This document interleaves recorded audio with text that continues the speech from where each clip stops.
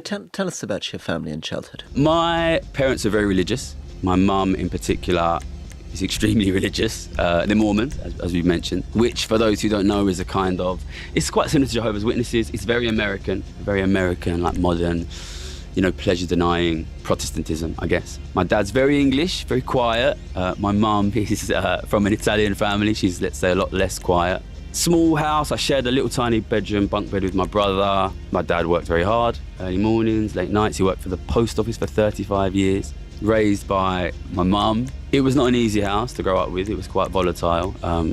Lots of noise, not a lot of space. Anger? Yeah, my mum was difficult, especially. My dad was very quiet, but my mum was difficult. Yeah. My sister wrote a musical, actually, called Poet in the Corner, basically about our family. And yeah, my mum is a character, let's say. What did they think about the way they were portrayed in the book? So my mum is extremely dyslexic, and so is my sister, actually. So my mum hasn't read the book. Listen to it? I don't think so. No. My dad read it. So the book was like #1 for 2 weeks last year and 11 weeks this year. So it's a big deal. My dad messaged it. Go back to #1 after this, Gary, honestly. Oh, hopefully. Every time. I honestly think it's a very good book. And my dad read it, and he actually, I think I messaged him, the book's #1, and he just like, well done. That's my dad. When I was a kid, 11 A stars, whatever, well done. That's all he would say, one text. And so I said to him, I pressed him a little bit, did you like it? He said it was very good, but there was a lot of swearing. That was my dad's take, which is, I can't disagree with that in my opinion. To be honest, I got expelled from school for selling drugs when I just turned 16. I stopped going to church when I was 15, but How did they feel about that? They weren't happy, but I've got an older brother who also stopped going to church a few years before, and he kind of took the... And were you a kind of child prodigy? I mean, you got 11 A stars? I got 8 A stars and 3 A's for GCSE, and then I got 4 A's for A level, and I won a couple of maths competitions when I was a kid. So you were a very smart child mathematician? Yeah, in particular at maths, but to be honest, I was good at, most subjects, and it was, not to sort of big myself up, it was a bit effortless. It was a very crowded house, there was no desk to work on. I would enter these competitions, and I would win these competitions, and I wasn't doing anything. Did you work hard though? Not really, but when I got expelled from school at the beginning of year 11, which is the GCSE year. So, and then I had, 8 or 9 months in which I had to study at home. On your own? Yeah, because my parents were working, my brother and sister were both. My brother was working by then, my sister was still at school, and I was there, I had to lie on the floor with a little wooden board, yeah. Is it tough for your brother and sister who were less academic than you to have a brother who was kind of effortlessly getting all these A stars and stuff? So my brother actually also got very good grades up until his A levels, where he did really badly, and I think he just can't. My brother's he doesn't like me speaking about him. He's a peculiar individual. Well, I can see why. Yeah. He's not. If that's the introduction to him. Yeah, he's. I love my brother, and he's one of the smartest people I've ever met. He's unusual. My sister, as I said, was heavily dyslexic, so I think it was particularly difficult for her. And me and my brother passed our 11+, we went to grammar school, and my mum didn't let my sister take her 11+. And that kind of, I think my sister really internalised this. Yeah, my brother's really smart, and I'm the slow one. My sister is also extremely smart. She wrote this very successful musical, but she's dyslexic, and obviously caused her to struggle in school. One of the things I agree with Rory. I think it's very, very well written. I hadn't read it when it came out. I read it yesterday. I read it straight through.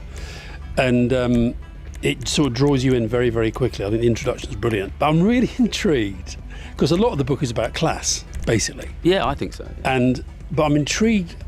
You're clearly somebody who wants to hold on to your class because, for example, sometimes it is deliberately, not the dialogue, but the writing is deliberately ungrammatical. Yeah, yes. I didn't do nothing. Yeah. Of thing. Did an editor try to get you to soften that or change that? It was funny. So you guys will probably know publishing is quite a middle-class industry, and my first interaction with the guy who's now my agent, he's not going to like me saying this. I wrote the pitch quite long, the whole of part 1 of the book, 20,000 words, and I sent it to him, and he sent it back with his edits. And all of this intentional ungrammatic So stuff. it was intentional. Yeah, so I read the book. You guys might have read it. I love this book. It was a book called Who They Was by a British-Polish author called Gabriel Krauser. I don't know if you've heard of it. And he wrote this book in extremely aggressive, modern London slang, which is an accent and a voice I grew up with. I never spoke it to the extent that this guy spoke it, but I grew up around this kind of modern London accent, which maybe some older people are not. It's different to the old Cockney accent. But what he did was he made it so beautiful. He wrote in this aggressive slang that was so beautiful, and it was a massive inspiration for me when I wrote the book to do that as well, to capture that. I wanted to capture my, I'm from East London. It's very I've got a load of mates. In particular, I've got some Greek Cypriot mates They have 6 pints down the pub, and then these beautiful storytellers. I wanted to capture that like pub storytelling dynamic. But what I wanted to do, I wanted to have two voices, which is one, this very like authentic, we're in the pub, we're having a chat voice, and another which is more of a classic literary voice. And I wanted to use that when I'm having, especially when I'm having very traumatic, difficult times, I wanted the character to lapse into this much more poetic, classic literary voice. And what I wanted to do there, one, that is representing basically the code shifting that anybody like me that comes from a poor background and goes into these spaces has to do. But two, what I wanted to show was, I'm not using that ungrammatical voice because it's the only voice that I know. Yeah, I read Dickens, I read Shakespeare, I've done this stuff. And for me, what I want to say is these two voices are of equal value.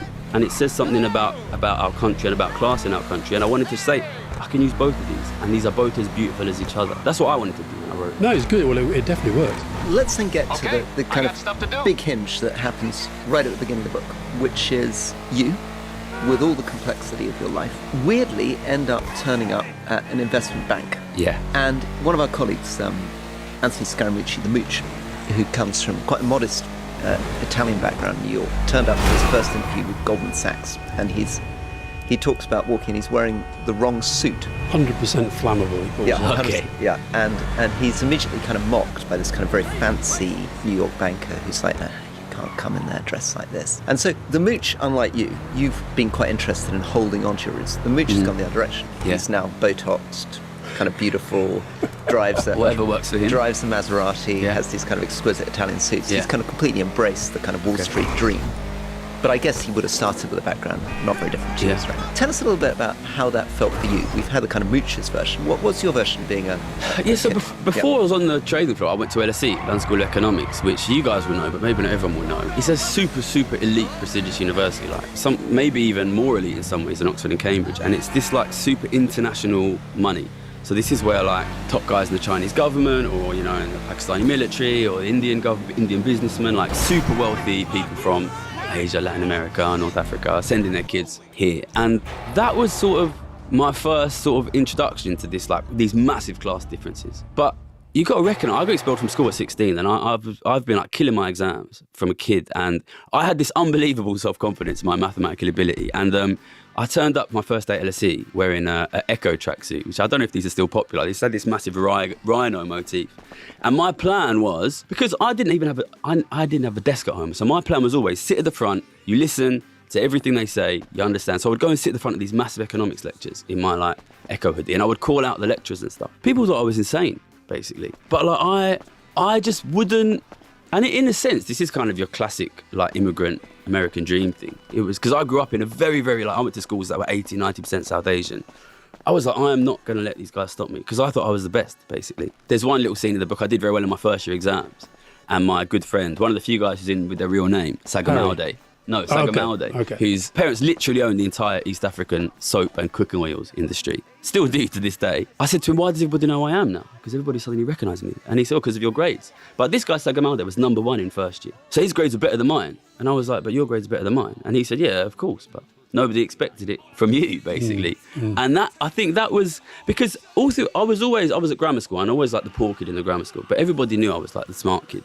I hadn't really encountered this kind of incredulity that poor kids must be dumb. Can I come to this? Because there's a connection to Alistair. So Alistair doesn't come from a background like this, he comes from a middle-class background, but he also arrived at Cambridge and felt pretty out of sorts and pretty alienated by class structures and suddenly confronting people he'd never seen before in his life. It's a period of Alistair's life he doesn't like to talk about very much, but you basically responded by getting pretty angry, not by buckling down and working unbelievably hard. What's your sense of how you reacted in different ways? I mean, so he basically arrived, was so angry with what he saw about these kind of upper class toffs pushing him around that he basically just became furious and drunk for 3 years. And you instead decided to work really hard. There's a line, I think it's Kanye West, success will be the best revenge. Like that was... Yeah, I got there in the end. Yeah, I was very...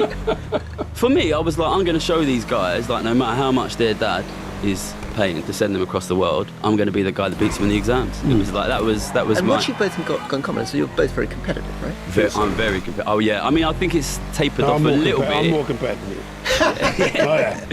When I was a kid, I was like, you show me a game, I'm going to win it. And obviously I eventually got my job through a game, like a card game competition. Yeah, but I think that was, the other thing is, the big thing is, I knew that I was disadvantaged.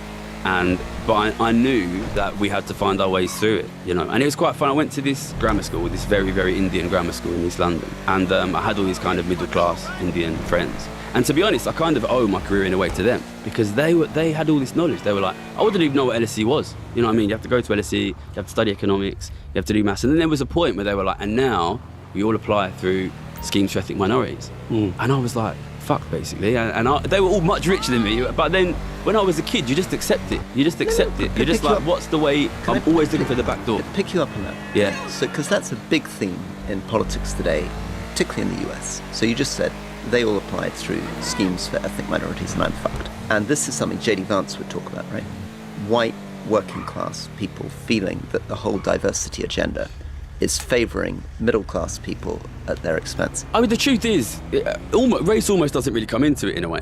I don't think they had an advantage because they were non-white. They were advantage because they were middle class. They were advantage because they were middle class.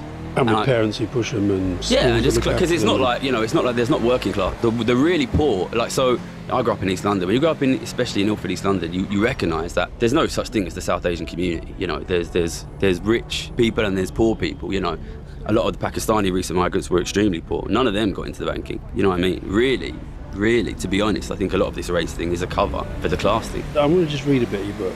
This is the bit that I sort of took out of it. Those drug dealers, you're talking about drug dealers in your area, which, you know, you became one on one occasion. Were you a really kind of serious drug dealer? You just sold some drugs. I was at grammar school, right? And people just knew, because people knew, like, Gary's got black friends. It's really stupid, simplistic stuff like that. They would see who I would hang around with, and they would ask me to bring them drugs. So a real drug dealer would not be impressed by your drug dealing? No. Oh, no, I very much doubt it. I've never tested it out, but I very much doubt it. Anyway, it goes on. These drug dealers, the ones who are drug dealers, they didn't have the options I had or the options other kids had. They can't go to LSE. They can't win investment banking internships in card games, which you did. They have no reliable routes out of poverty, and so instead they sell drugs. Sometimes they do other things, fraud, burglary.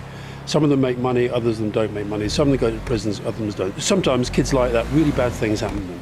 Sometimes they get stabbed, they get killed. Sometimes people wait for them outside nightclubs and cars, and they wait for them to cross the road, they run them over, and their bodies spasm on the floor. What I realised then is that we are the same. This is you and the traders. We are all the same. The drug dealers, the bankers, the traders, me now, me then, and you name them all. We're all the same. The only difference is how rich our dads were. If those drug dealers went to Eton or St Paul's or whatever the fuck boarding school Rupert had gone to, they would be there with me on the trading floor, sitting next to Arthur, sitting next to JB, buying fucking green euro dollars. And that's where I kind of felt this is ultimately a book about class and the education system. It's about, because a lot of the traders, to me, they come over as kind of quite working class people. In a way, well, there's this cultural myth in the trading floor of the sort of, especially in London, of the sort of Cockney wide boy market dealer kind of guy. It's an extraordinarily masculine space, an extraordinarily competitive space, and a lot of these cultural values align with a lot of the cultural values of working class, especially working class men. It's exactly as that says. Honestly, the personality type of the person who becomes a drug dealer from a poor background and the person who becomes a trader from a rich background, it's the exact same. There's a character in the book, JB. It's this kind of very masculine, aggressive, competitive person. If you come from a poor background,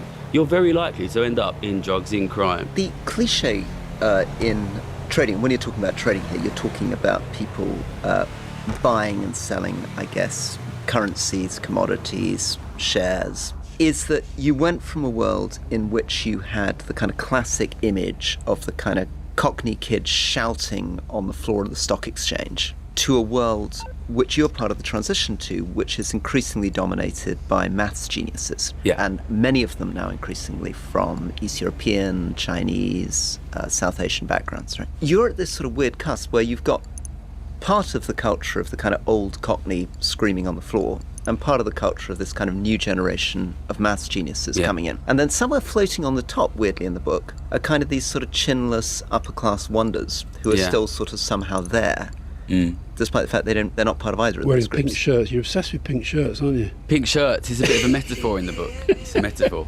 Pink shirt, pink shirt. When I was a kid, only Millwall fans wore pink shirts. It's a class transition thing. It's a class, you see it. And interest, so because I work in foreign exchange, because of the introduction of the euro, I work in rich world foreign exchange. When the euro was introduced, the number of rich world currency foreign exchange traders had to halve because the number of currencies had to halve. And what that meant was they didn't hire anyone for like 10, 15 years. So when I come in I'm like 21 years old, and it's a lot of these older guys that are from the previous world, basically. And in that previous 15 years, I started in 2008, you've seen this transition to, you know, the MIT maths whiz kid, the LSE maths whiz kid, and you see the world changing. You know, one of the guys I worked with was an ex-rugby player, basically. And they partied. I mean, one of the things that comes across in the book again and again is you're this little maths whiz kid, but you're perpetually being taken out to dodgy bars till 3, 4 in the morning. Somewhat against my will a lot of the time. And that must be weird too, because this new generation of people, of kind of maths geniuses, might be quite kind of introverted, hard-working, serious people. They're not naturally up till 4 in the morning putting down the expensive wine and getting 2 hours sleep, are they? Yeah. So you see the culture changing, and I got taken to Las Vegas when I was 21, and I was still at university, and I got texted by, in the book he's called Rupert, like, are you free on these days? And it was like a week before my exams. I was like, yeah. He was like, come to Las Vegas. And I got taken. Did you call him Rupert because his real character was he one of the pink shirt people? He went to boarding school. His dad was in the army. Yeah. He was. You got the sense that he had a very strict father, and he was just hoping if I make enough money, my dad will be proud. That was that kind of. But boarding school, I thought Rupert was an amazing character because he was vicious, violent, aggressive. Like he literally growled at me like a wolf at one point, like a dog for about a minute, and like gnashing his teeth and kicking his desk.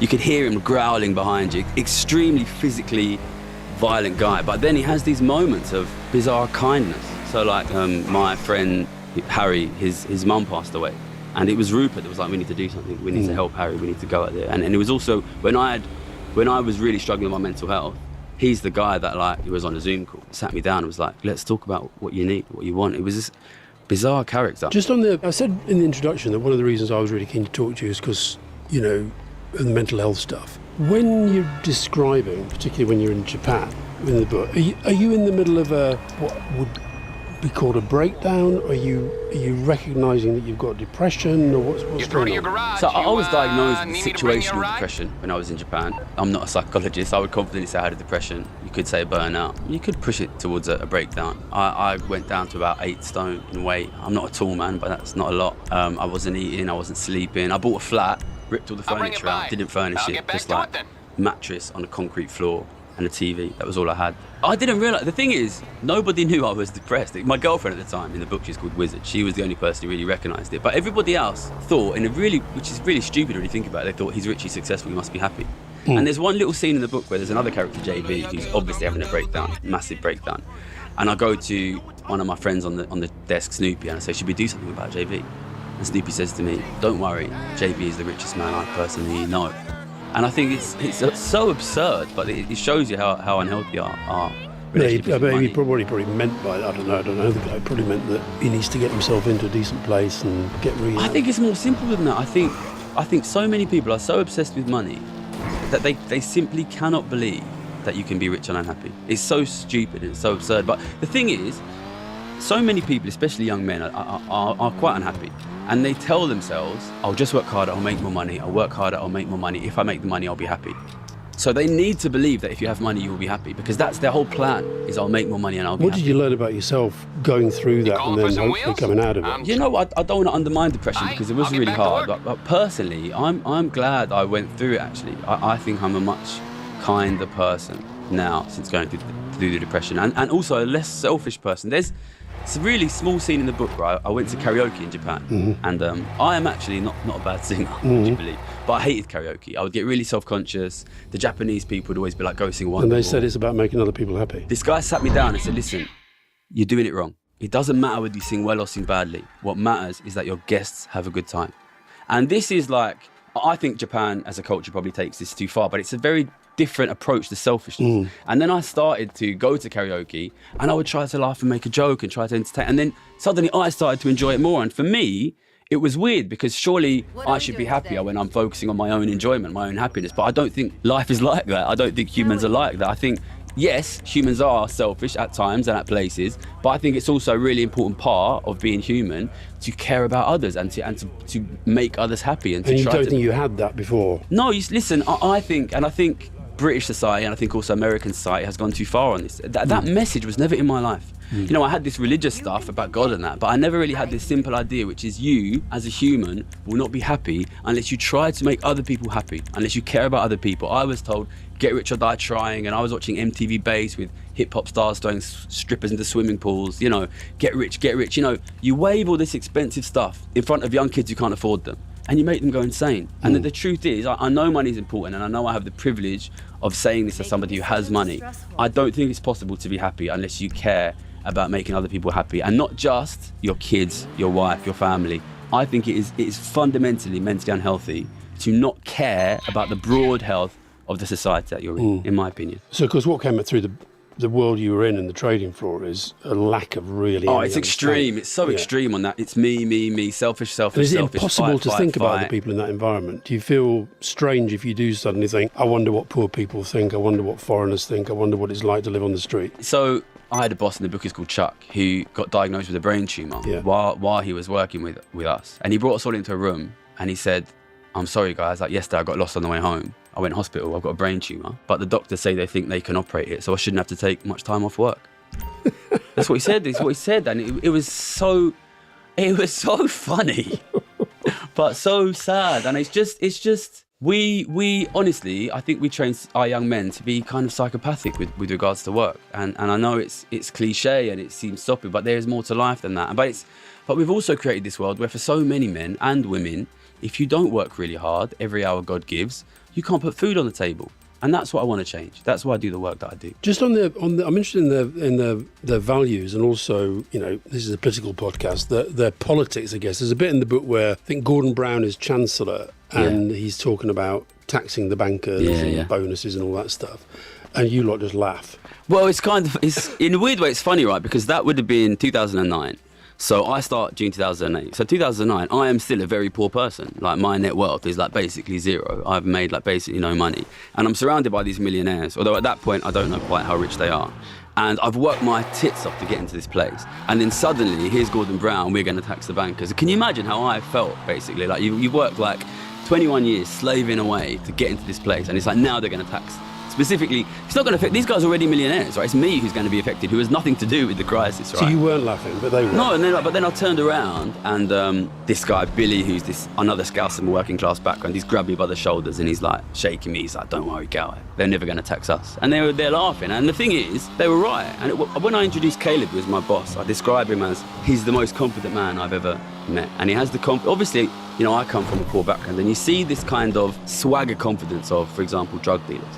But then there's this contrast of this guy who comes in from a rich background, very rich guy, and he knows that him and his class will always win, and he is always right. He is always right. This guy worked for one of the banks that blew the world up, and he made millions on the blow up of the world.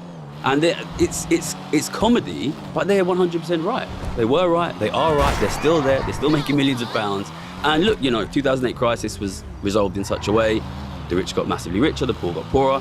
COVID crisis was resolved in such a way, the rich got massively richer, the poor got poorer. So they have the confidence. They basically own the political class. But hold on, do they vote? Oh yeah, of course they do. But they don't always vote Conservative. So Billy, this Scouse working class guy, he was extremely left-wing in his politics. And you know, he had a lot of scorn for these. Overall, it's definitely more right-wing, conservative-leaning than the population. There's no doubt. Did you feel political when you were doing the job? Did you have any sense of, as you were doing it, this is wrong, this is fueling inequality, we're actually betting on poor people staying poor? This, in a sense, I think this is another what I wanted to be a big theme of the book, which is I never consider myself to be a political person. Why not? So I grew up, get rich or die trying. You know what I mean? You grow up in London, you're poor. What about now? Now you think about this stuff a lot. Of course, now I consider myself a political person, yeah. So where are your politics? Define your politics for me. In my opinion, I have the politics of a car mechanic, which is this economy is desperately broken. Do you want to fix it or not? You know, Labour are not going to fix it, the Conservatives are not going to fix it, UKIP are not going to fix it, I want to fix it. So politics... So how can you fix it outside politics? Oh, no, don't get me wrong. Like, I know that if I want to change policy, at some point you need to influence politics. My plan is the Rupert Murdoch plan. That's my plan.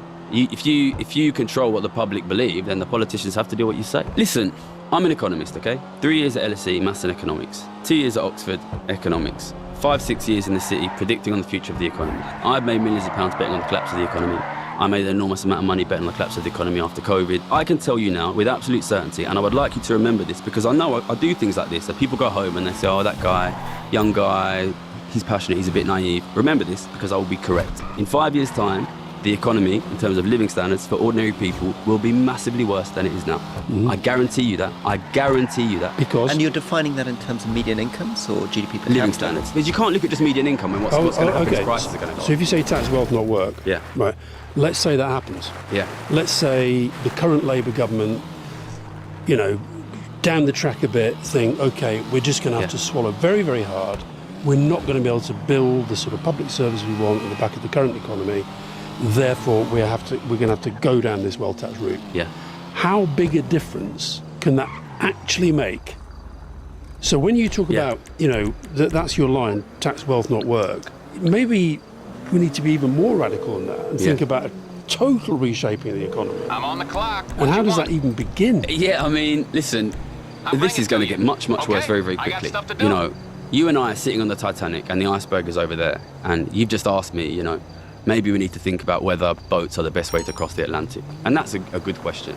You know, there are probably big things we could change. If you don't change this, very, very, very quickly, living standards are going to fall very, very quickly. And the traders are going to get richer? Yeah, definitely. And Farage win the next election, he will also fail on the economy.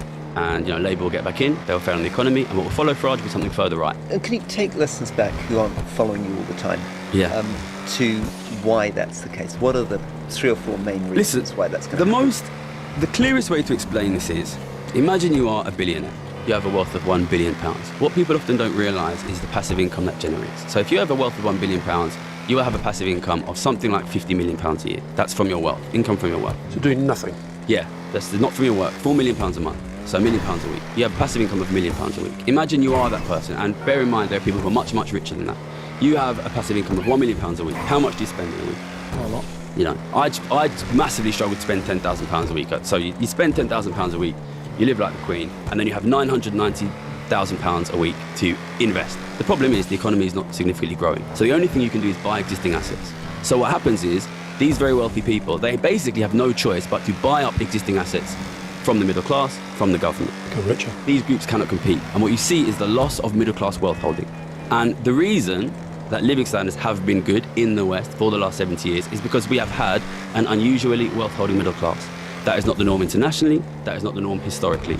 We will lose that. It is as simple as that. These guys, if you allow, once they get to a certain level of wealth, they have no choice but to rapidly expand their wealth, which means the loss of wealth. And this is why you're seeing, look at government wealth. This is why middle class people can't afford homes, because they are being outcompeted, they are being squeezed out by this growing super rich class. I guess we also talk about the fact that we're getting older.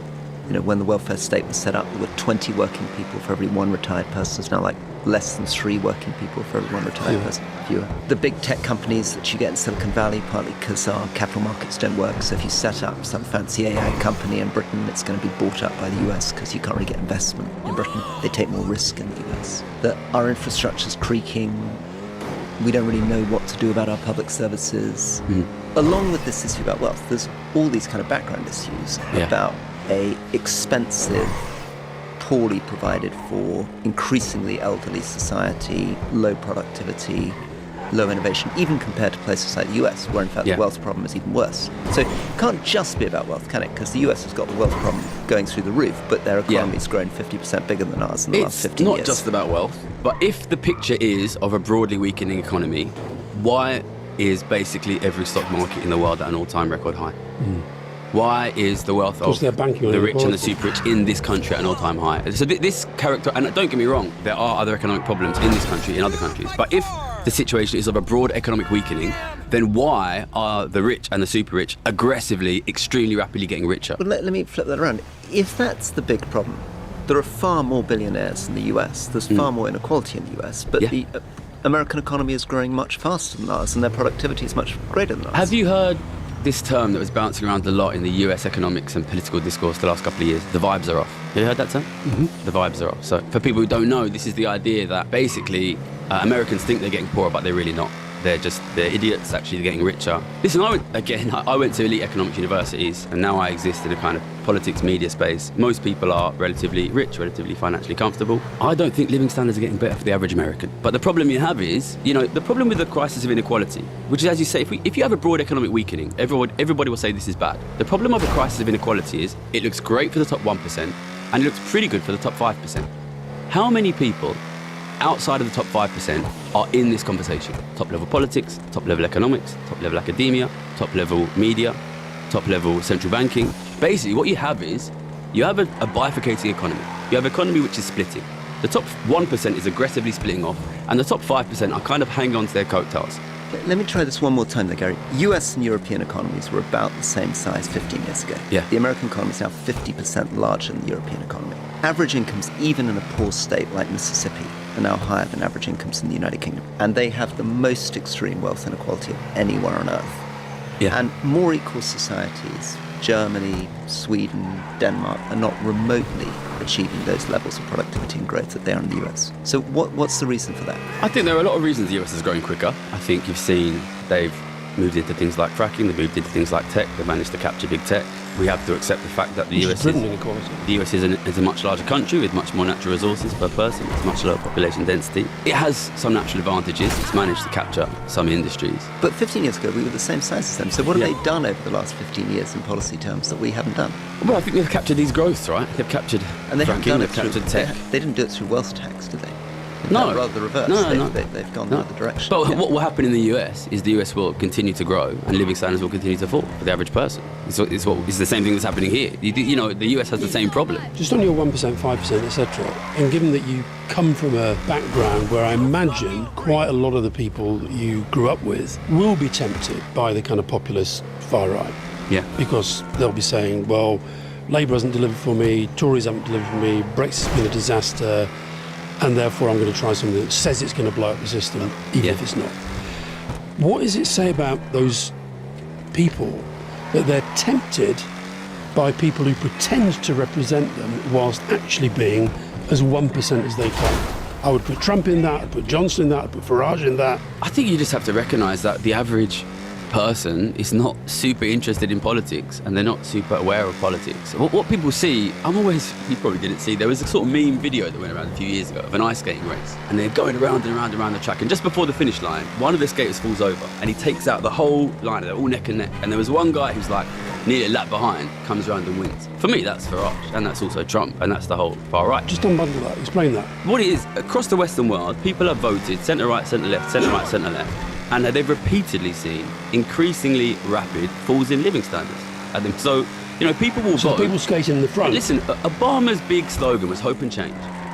And where are living standards now compared to when Obama came in? For the average middle American, they're lower. They're significantly lower. So, you know, people will vote for sensible hope, sensible change. It is obvious that the political centre is and will continue to fail on the economy. And it's not obvious to the people who are speaking about it because they're rich. So it goes either hard right or hard left. Well, and there is no hard left, right, in most countries. So listen, people are correct to demand change and to insist that they will no longer vote for establishment political parties who have presided over significantly, increasingly rapid falls in living standards for 20 years. Who did you vote last time? I voted for the Greens last time. But I'm in a safe seat. Because the Greens adopted my wealth tax policy in their manifesto. So, I mean, it would be pretty remiss of me not to vote for the single guys who literally adopted my policy. I mean, I was looking at some polling last week that said that, I think it was 80%. Now, I know people always say in theory, I don't mind tax, but when it comes on, but actually 80% of people saying they'd back a wealth tax. What would you, let's try and flip around, just be kind of back as a kind of, you know, somebody on the trading floor trying to work out probabilities. Do you see any downsides to a wealth tax economically? If it's badly implemented. Do you remember when the Conservatives brought in extra tax on second home buyers? I was surprised by that because for me, I see the Conservatives as basically a group that represents the economic interests of the very rich. And they bring in the second home tax, and I was surprised. So I looked into it. There was an exemption for people who bought 7 or more at once. And then Jeremy Hunt went and bought 7 homes at the same time. So this is the problem you have is people like me go out and say, you need a wealth tax wealth, not work, reduce tax on working people, raise tax on the rich. When they bring these in, there are a lot of very wealthy, very powerful people who have the ear of the politicians, can influence the politicians, in many cases are the politicians, and they say, yeah, fine, tax the rich, but you can't do it like that. And they fill it with loopholes, and it ends up getting put in a way that the actual really rich end up getting through the gaps and it hits the middle class. It's the fish rots from the head down. If you do not catch the people at the very top, they will eat up all the wealth over time. So I think the risk is basically poor implementation such that you end up not getting the very rich and you end up hitting the middle How class. do you feel when you see this debate that's going on at the moment, which Farage is currently trying to tap into, that the non-doms are all leaving, the super wealthy are all leaving Britain because they're being taxed too much? I know who funds these analyses. I know it's private wealth funds. Listen, I've been doing this work, so I'm relatively high profile the last 2 years. I've been doing this work in public for 5 years. And for years and years and years, I would go on LBC and talk radio, and I would say we need to tax the rich for free. And I would go up against somebody who works for the IEA and is paid by a billionaire. This is the truth. Listen, you know it as well as I know. That's the Institute of Economic There's Affairs. 2 ways to make money in media. You sell news to the public, or you sell the public to the rich. There's 2 ways to make money in politics. You convince the public, you sell the public to the rich. I know, listen, when I first left trading, the first thing I wanted to do was go to work for a think tank. This is the obvious thing to do. And I went to look for a left-wing think tank, because you think these guys are going to be doing work on inequality. I volunteered at a left-wing think tank in London. There was nobody working on inequality. You know why? Because they couldn't get funding for it. So the problem you have here is that the rich are aggressively going to try to prevent any increase on their taxation. When I was writing the book, I was reading Hard Times, Charles Dickens. There's a section in there where they talk about how the rich were saying if the government raises any taxes on them, they're going to take their factories and throw them into the sea. This is 150 years ago. The problem you have is the rich are going to fight it every step of the way. They are winning, they're obviously winning, and they're funding groups like Nigel Farage, they're funding the far right all over the world, and it's obvious why. Because everybody in the street knows the political centre has failed. Everybody knows. So something has to change. There's a quote from Milton Friedman, American economist. At times of crisis, the new idea will be chosen from the ideas lying around at the time. Everybody knows that we will get something new in politics. And it is really obvious what the loudest idea lying around now is, which is the far right.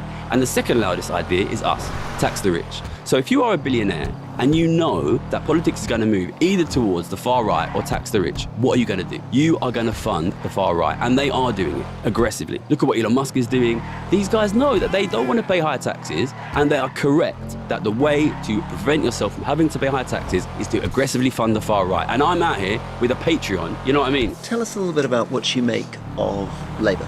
What do you make of Rachel Reeves? What do you make of Keir Starmer? What do you make of what they're up to? So, I don't directly lobby the politicians, because I think that I was writing for The Guardian, and I switched to doing the YouTube because I thought that the fact that I look how I do and sound how I do will make the working class want to listen to me. But that same thing is a disadvantage when I talk to economists, when I talk to academics, when I talk to politicians, when I talk to be honest, a lot of the media until it's becoming popular. So I don't lobby them directly, but I work with people who do. Let's get for a second on that. We'll get to Starmer.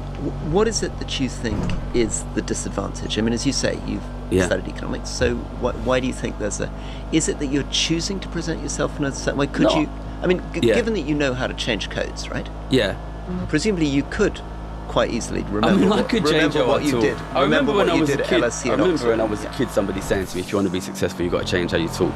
And I remember what I said to him. I said, if I have to change how I talk, there's no point being successful. I know there's a deeply entrenched prejudice in this country that people who sound posh are smart and people who sound working class are stupid. No, Don't think it's about a posh thing. But you did serious academic economics, so if you were talking to an economist, you wouldn't have to change your accent, but you'd be talking in more technical language, right? They're going to say, oh, he does. So I'm 3 years at LSE, 2 year master Oxford. Hold on, you've got a Prime Minister who famously established a toolmaker.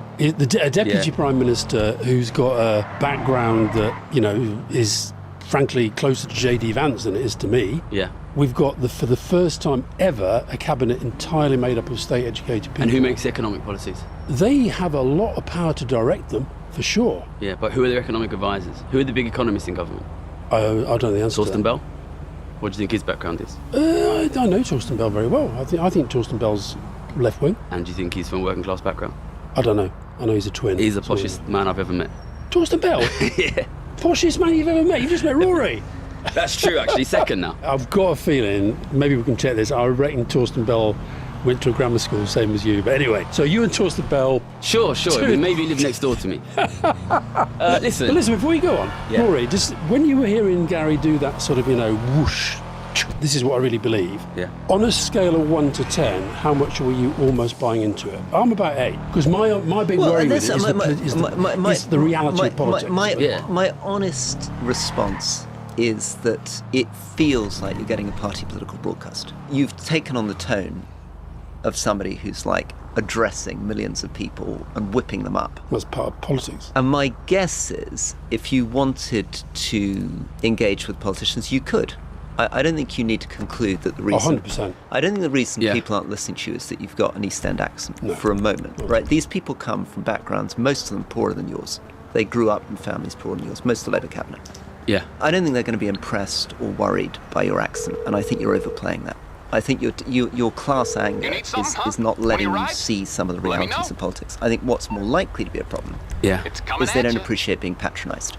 Because they also feel they've done economics degrees, they've studied this stuff quite seriously, and you're talking to them like they're idiots. You're saying, I can tell you what's going to happen in 5 years. This is the Everyone- way Yeah, the world this is a good point, I did actually. economics. I'm smart at Yeah. maths. And Rachel Reeves is like, yeah, well, I was Yeah. I was a chess champion. I'm pretty smart at maths too. And she's going to be listening to There's this thinking, there's some important background here to understand, which is that when you study economics, the vast majority of economic students want to work in finance, and working in finance is enormously better paid than working in any form of economic public service.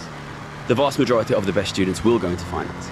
Some of them will choose to go into public service. But you have to consider, imagine you are a young LSE student that has good enough grades to get a job as a trader, and you are not from a rich background. If you go and work in academia, government, central banking, you are going to have to do a master's, a PhD, a postdoc, and you're not going to make any money for 20 years. You're going to be massively in debt by the time you make money.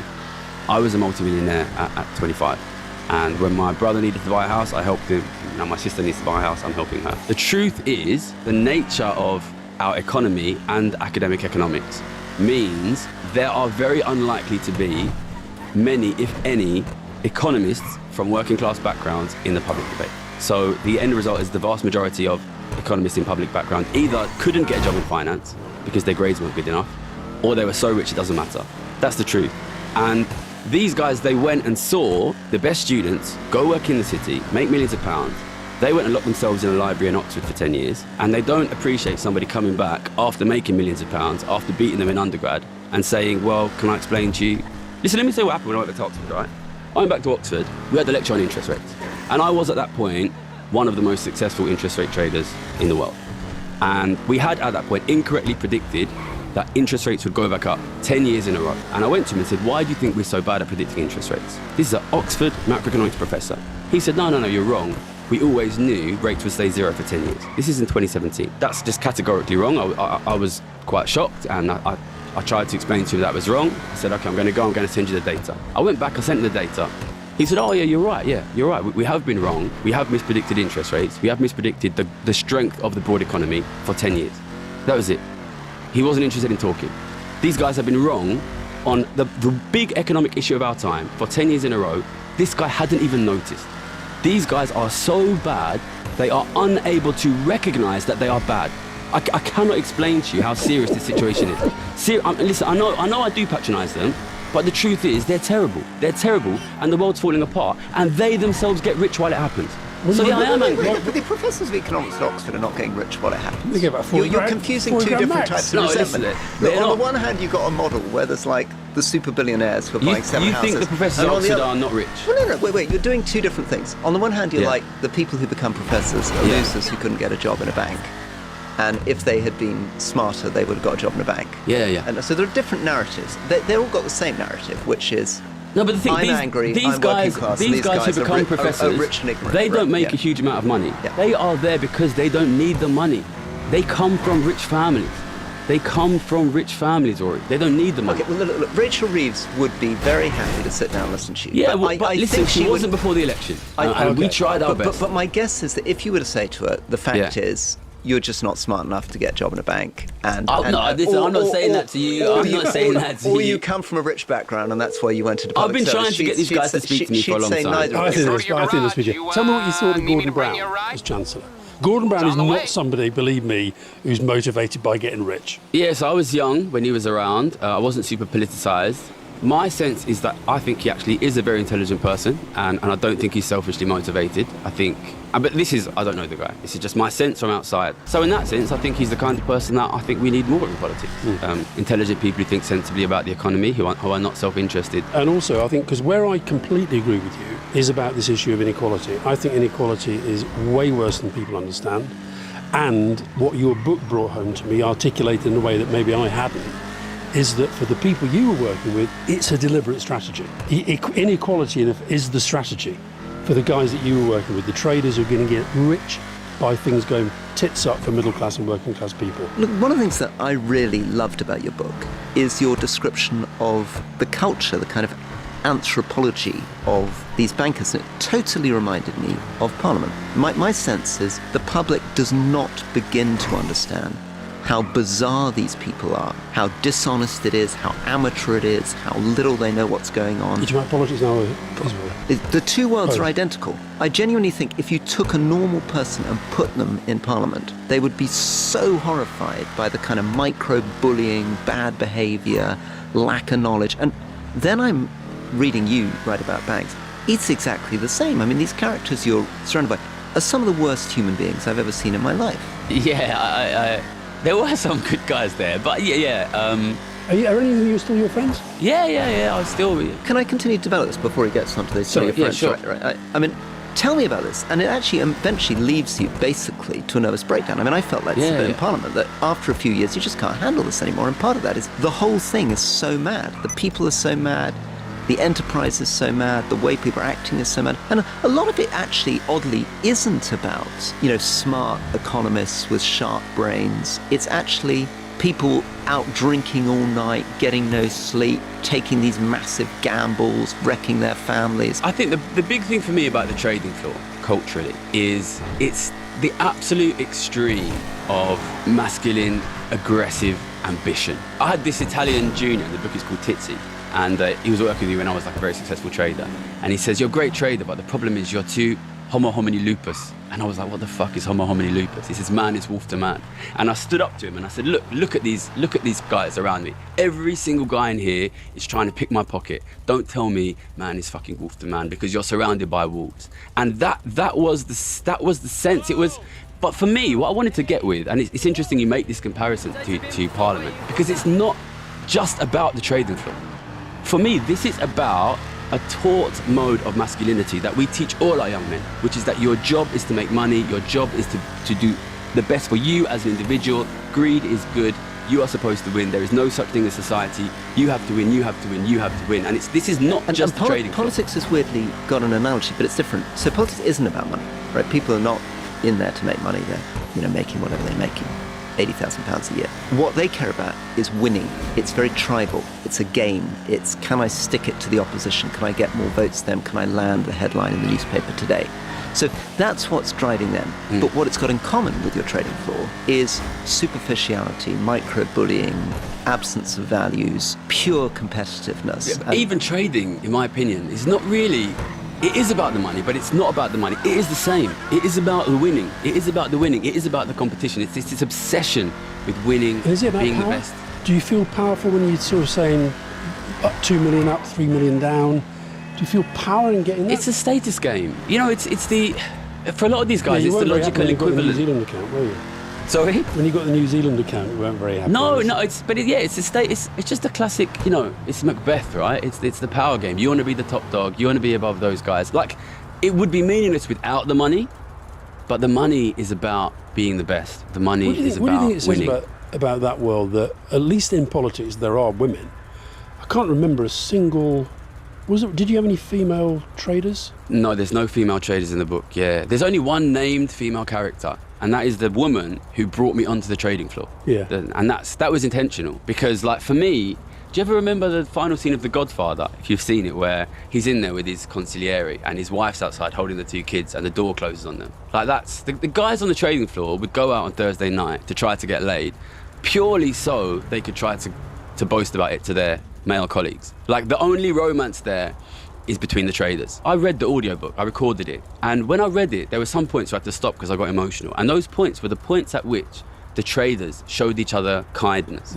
Because for me, what I see here is the end result of really a lot of men from different backgrounds who have received no kindness from a young age. They want to be close to each other, but the only way they know to get human closeness is to compete and to win. This feels to me very British boarding school, very Oxford, very Cambridge. Like, we train people that the only way, especially men, the only form of closeness they are allowed is competition. And then they become desperately competitive. And there's scenes where people are shouting at each other. And I really want to describe the way that their noses are touching, the way that they want closeness. They desperately want closeness and they can't get it. And I think a lot of people in the trading world really don't like this book. And I think they love the books that describe them as like cocaine snorting, like prostitute hounds. But what I wanted to say with this book is these guys are fucking lonely. These guys are lonely and sad. And you have Caleb, my boss, who retires as a multimillionaire and builds his dream house and comes back 3 years later because he needs it. Do any of them have happy marriages? Oh, some of them do, yeah. So, I mean, I think I sort of made Billy out to be a bit more of a villain. You know, I drew out the villainous characters, the characteristics of him. I think Billy's got happy marriages. You know, he's not the perfect man. And he's, you know, I went to a boys' grammar school, and I think it starts with this kind of thing. And I know a lot of richer, posher people do go to boys' schools. It starts there. Women are a thing that happens outside of work. You know what I mean? And life happens inside of work. And I'm sure you saw similar things in Parliament. And what about this thing about masculinity? And, you know, we've mentioned Farage a couple of times and the whole kind of Andrew Tate thing. And what do you think needs to change in relation to politics and masculinity? And that will, because your world sounds very, very masculine, very testosterone driven and very, very brutal. Yeah. Okay. And the values don't come through to me. I don't have a feeling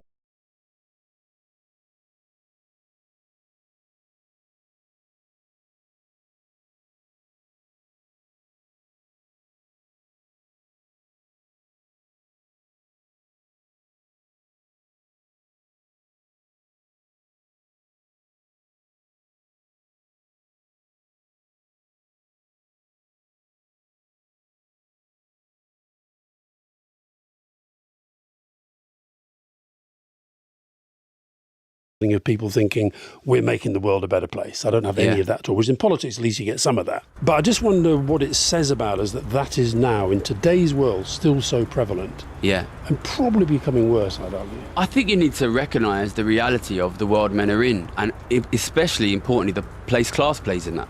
I think working class men, poorer men, are living in an extremely hostile world.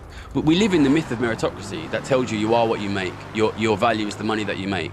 And yet we actually live in an economy where the only way to get rich, realistically, nowadays for a young person is to have a rich dad. So if you don't have a rich dad, you're told, oh, work harder, work harder, work harder. Then your friend from school buys a house because his dad gave him £300,000 cash. He doesn't post on Instagram, you know, I got this with my dad's money. We are telling young people in a world with almost no meritocracy that all the outcomes are because of meritocracy. And we tell people if you don't make money, you're a failure in a world that gives them no opportunity to make money. It's an absolute recipe for mental health disaster. So you need to capture this, you need to accept this, you need to recognise the extremely hostile life that we have put on men from working class backgrounds. And we need to be realistic and say, listen, first up, tell them the truth. Tell them the truth, which is the fact is, we, your older generation, we fucked it up and we made it impossible for people from working class backgrounds to make money. So first of all, just accept that, realise that. Because I have friends who work so hard. They studied, they got the right degrees, they work so hard, and they struggle to pay the rent. They struggle to put food on the table, and they think that's because they've made a mistake. But it's not. It's because we made a mistake. It's because the older generation made a mistake and created an economy with no social mobility. So the first thing, if you want to get the support of young men, stop lying to them. Just back to you and your interaction with politics. I reckon, I don't know whether Meg Hillier, the chair of the Treasury Select Committee, listens to the podcast, but I'm sure some of it, well, we know a lot of MPs listens, but I reckon you should go and try and speak to the Treasury Select Committee. No, I'm up to speak. To be honest, we tried before the election and they weren't really interested. We couldn't really get them in, but I'm much bigger now. And Labour did reach out to us. I've been away for 7 weeks. I'm happy to talk to them. Listen, I want to change. I want to stop this economic collapse, and I'm well aware that there's probably no path to that does not go through the Labour Party. So if I was to rule them out, then I would be ruling out my chance of change. So I'd be very happy to speak. Would you ever see yourself as an MP? It's not my plan now. I prefer not to. Not my plan. Very political answer there. It's I don't not my plan. I don't want to do No current intention. If I'm in a situation where I feel like that gives me a chance of getting this, and it's my only realistic chance, then I would have to consider it. But I don't even want to be a YouTuber. I want to be on holiday. But, you know, country's falling apart and someone's got to try and do something. Gary, I'm going to finish with this as my last question. There's a lot of things going on. I mean, you're making observations about psychology, lack of kindness and care in the home, structural inequalities of wealth, class, masculinity. Do you ever worry that some of these things are getting overlapped and overlaid in your mind so that anger, class, family backgrounds, school, masculinity are feeding in ways which are misleading you?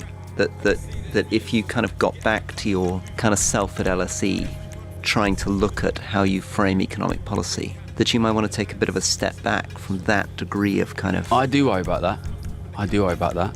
And that's why I still trade. Listen, you want to be a good trader, you want to make money every year, you haven't got no space for emotional biases. You got to be right. You got to be right. And I make money every year.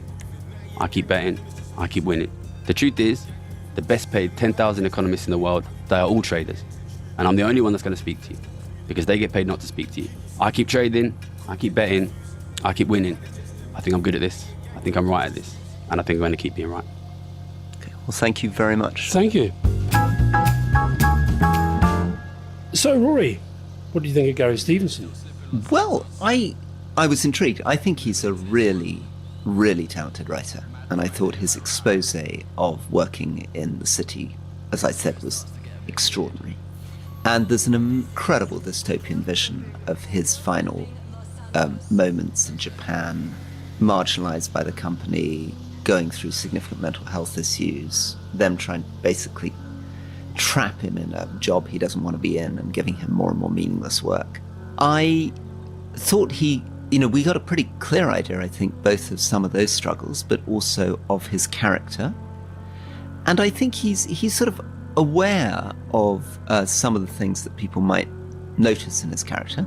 He talked about his competitiveness, talked about his anger, talked about class. I was a bit thrown off balance by him saying that his great dream was to be Rupert Murdoch, not exactly the person I'd really want to be in life. He didn't quite say that. I think what he was saying is he'd like to be able to become on the left, as it were, what Rupert Murdoch has been on the right, which is dominating public debate, and that sort of jarred with me a bit, I must be honest. Yeah. Anyway, what did you think? I thought he was very engaging.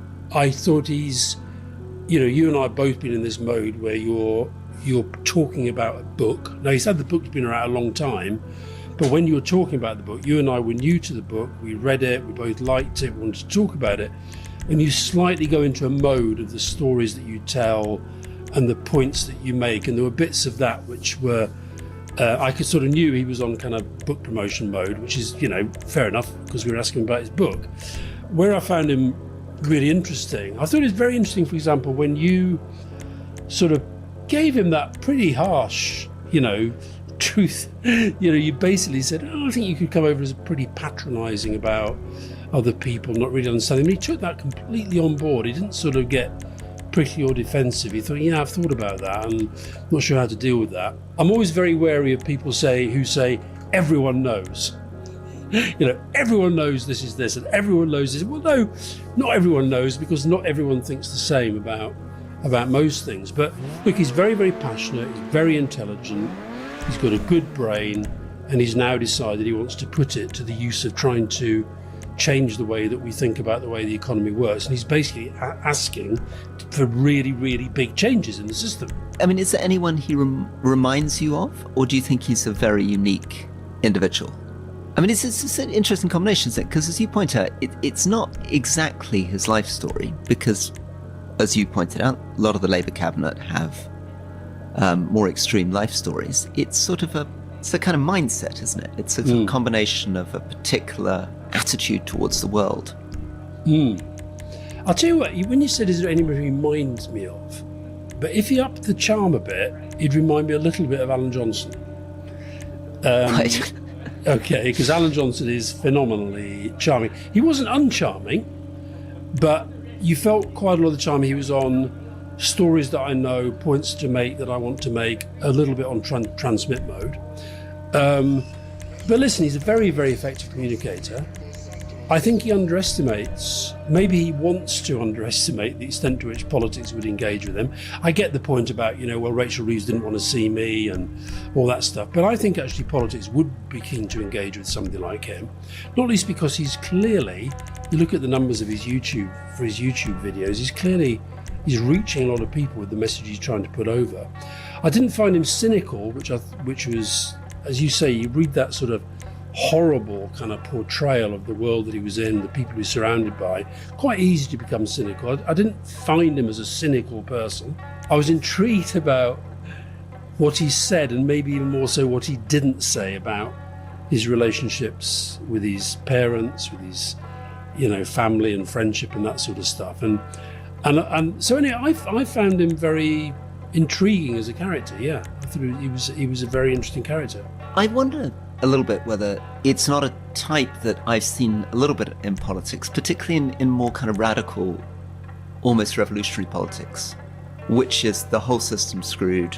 We need a very, very dramatic change. If not, we're all going to hell in a handbasket. And in a sense, it's this sort of odd combination of extreme pessimism and extreme optimism. It's an incredibly bleak, dark picture of where we are, and then a very, very hopeful picture of how the whole thing can be turned around. And I'm always a little, maybe that's just because I'm a Tory, a little bit doubtful about that. I mean, I tend to think, as you picked up, if we just to finish on the substance of it, that our economic problems are about much, much more than this question of inequality. I mean, that's why I was trying to keep pointing to the US. And that the solutions are going to be about much more than a wealth tax. Yeah. Even if wealth tax were useful, it would be one small part of many, many different things. Yeah. And actually, it will have consequences. I mean, you wouldn't get into this, but generally countries that impose, if you want to impose a very large wealth tax, I don't know how big a wealth tax it is, but generally countries impose very large wealth tax get massive capital flight.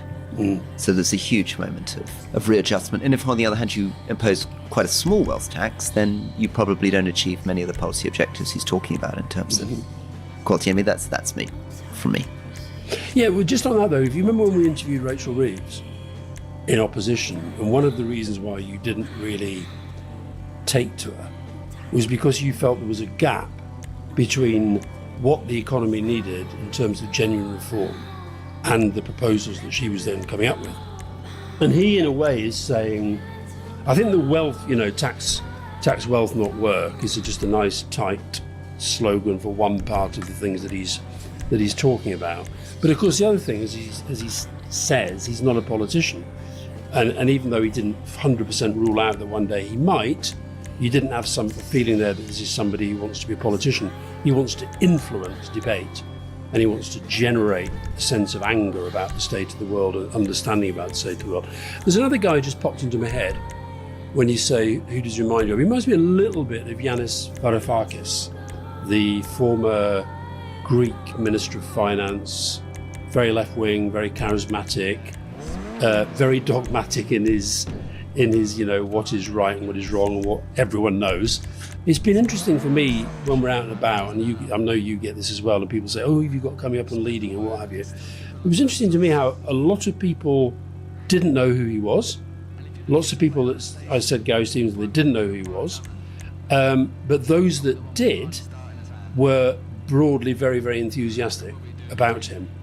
And that probably was a younger demographic than the ones who'd never heard of him. Yeah, there's a whole thing that we've done a little bit of, but maybe we could do more of. I mean, we did Kate Raworth, we've done Gary. I mean, there's a lot of quite interesting, generally younger thinkers out there making much more radical challenges to our system. And in a world where we're a bit lacking in ideas, I think it's quite a rich scene to mine. Yeah, well, listen, what I said in the introduction of part one is that we had a lot of people saying we really, really like to hear you talk to Gary Stevenson. So there you are, listeners and viewers. You asked, we delivered, and we hope you enjoyed it. Very good. Bye-bye. Bye.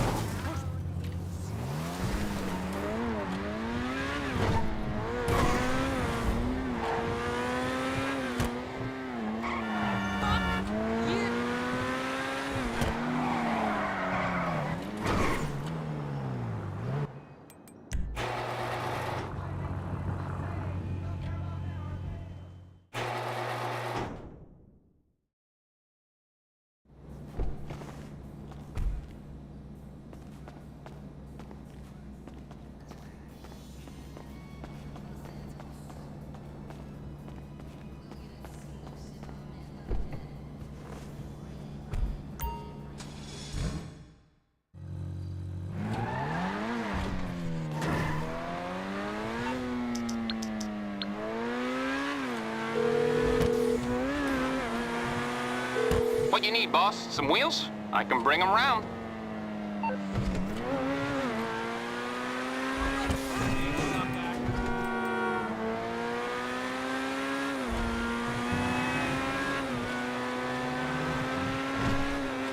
Okay, I got stuff to do.